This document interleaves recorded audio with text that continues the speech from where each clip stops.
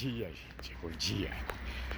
A vida é um poema de beleza, cujos versos estão escritos na partitura da natureza. Olha que maravilha, gente. Olha, a vida é um poema de beleza, cujos versos estão escritos na partitura da natureza.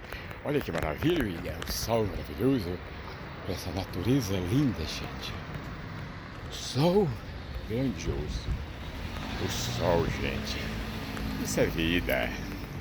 Olha aí, gente. Vamos falar sobre a natureza? Não, William.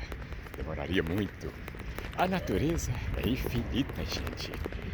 A beleza da natureza, baseada neste pensamento, é infinita, gente. Isso mesmo. Olha aí, estudante, vamos fazer dissertação sobre esse pensamento.